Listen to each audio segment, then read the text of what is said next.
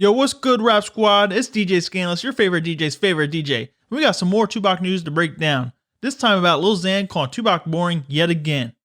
Let's get it. Alright, so we got this article here on Complex. The title reads, Lil Xan sued for pointing a gun at a man during a dispute over his Tupac remark. Oh yeah, see, when you talk shit about Pac, it's going to come back around full circle.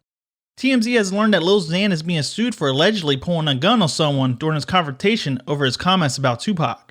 On June 7, 2019, Anthony Sanchez claims that he approached Lil Xan about calling Tupac's music boring in a parking lot of a 7-Eleven in Los Angeles, California. The incident escalated when a now 24-year-old Lil Xan was waving a gun at Sanchez while threatening him.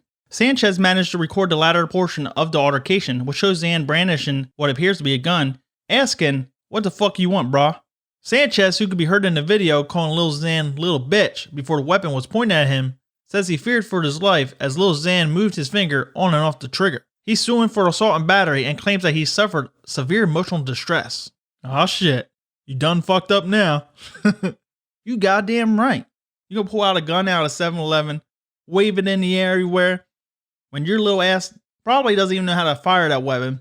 You have your bitch driving you around like she's your fucking chauffeur, talking mad shit about your car being fly and being better than this dude's, and you don't even fucking drive it, but that's besides the point. And then Lil Xan actually addressed the incident on social media shortly after it occurred. I was about to be attacked and resorted to having to use self-defense. Fuck all you old head ass bitches still talking about that Tupac shit. Live your own life and stop picking on a kid. Mind you, he was 22, now he's 24, he's still calling himself a kid.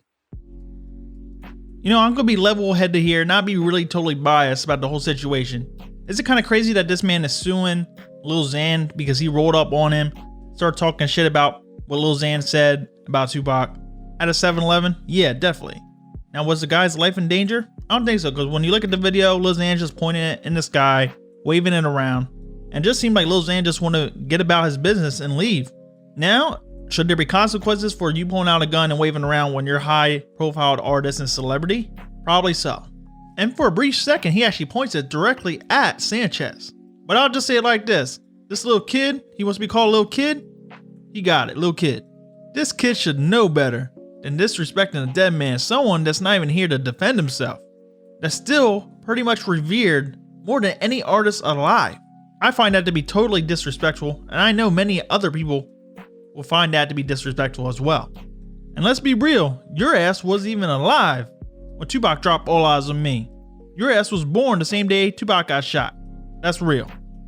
And if you did your little rap history, your little research, you would know that the Tupac and Biggie shit wasn't just a rap beef like a Drake and Meek Mill. There's a lot of people that are actually dead now that were involved with Death Row Records or Tupac or Biggie and Bad Boy back then. So it's not really a game. Whether or not you believe Tupac was killed by the CIA, FBI, or Suge Knight or whoever, doesn't really matter. The main witness of the Tupac Shakur shooting, Tupac's cousin, Gaddafi, that appeared on many songs like Hit 'Em Up, Who Do You Believe In, so many other tracks, he got shot to death not even 2 months after Tupac's passing. Then Tupac's bodyguard Frank Alexander died under suspicious circumstances. Also, you had Tupac's producer Johnny J, which made so many classic hits. He ended up dying, and what they said that he fell over a balcony in prison, which doesn't make sense. Now mind you, some of these were years later, but it's still the fact that a lot of people associated with Tupac Death Row Records are dead now. Same with Biggie.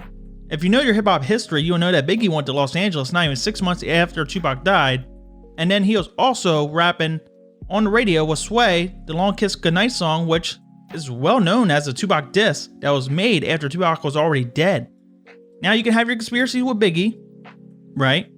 But the main logical explanation was that it was retaliation for Tupac's murder. You had the Pyrus there that felt like it was complete disrespect that Biggie was there on their turf, the turf that Tupac represented in Los Angeles, way before you could actually even fathom that because you didn't even exist. And you had him rapping Long Kiss Goodnight, dissing Pac, about being shot and his ashes being in the ashtray. Basically shooting him in the balls woke his seat up, which goes back to the whole 1994 shooting where everyone claimed that Tupac got shot in the groin.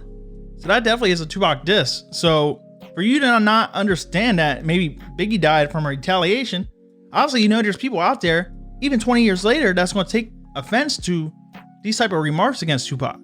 So obviously you put this shit on yourself, talking all the smack.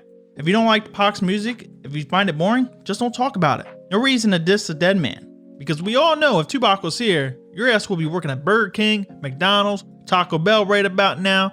Because music and hip hop in general of today would have been totally different. Because not only you would have Tupac drop One Nation album, you had Tupac do his own record label Machiavelli, you had Death Row do Death Row East, sign all these artists like Wu-Tang, Mary J. Blige, Spice One, Craig Mack, so many other rappers. This would have shifted the landscape for the next 20 years after 96, all the way to now, and maybe even to 2030, 40, you don't know. Even if Tupac would have been in movie after movie for the next 20 years, or if he would have ran for president of the United States or any other political office. Especially with his record label, he would have been managing who he signs, what artists he puts out. So I'm pretty much sure that he would have wanted more lyrical rappers, more rappers with substance, and that's something you never will be. So nobody would probably even know who the fuck you are if he was still alive. So you should be thankful that all this shit happened the way it did.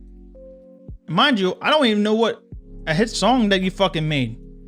Not one. I can name every Tupac song, every Biggie song, every 50 Cent, Eminem song. All those dudes made classic hits. You're just like a one-hit wonder. I know all the little mumble rap kids are gonna come in here and diss me, whatever. I don't give a fuck. You put this on yourself, calling everybody old head. In 10 years, you're gonna be the old head, fool. You got all this money, you can't even get a proper tattoo on your face that looks good. All right, I'm probably hating too much. But yo, drop your comments below. Let me know how you feel about this situation. Is this karma? Do you agree with it? Do you think the man that was threatened by Lil Xan and his gun waving at a gasoline station should get some dough? Should get some cash flow? Let me know. Let everybody know in the comments. All right, guys. I want to have another video, another hip hop news video on my Skandalous Talk YouTube channel. Be sure to check that out later this week. All right, you know what time it is. It's time for that outro. It's your boy DJ Skandalous, your favorite DJ's favorite DJ. And I'll catch all you busters on the flip side. We out. Deuces.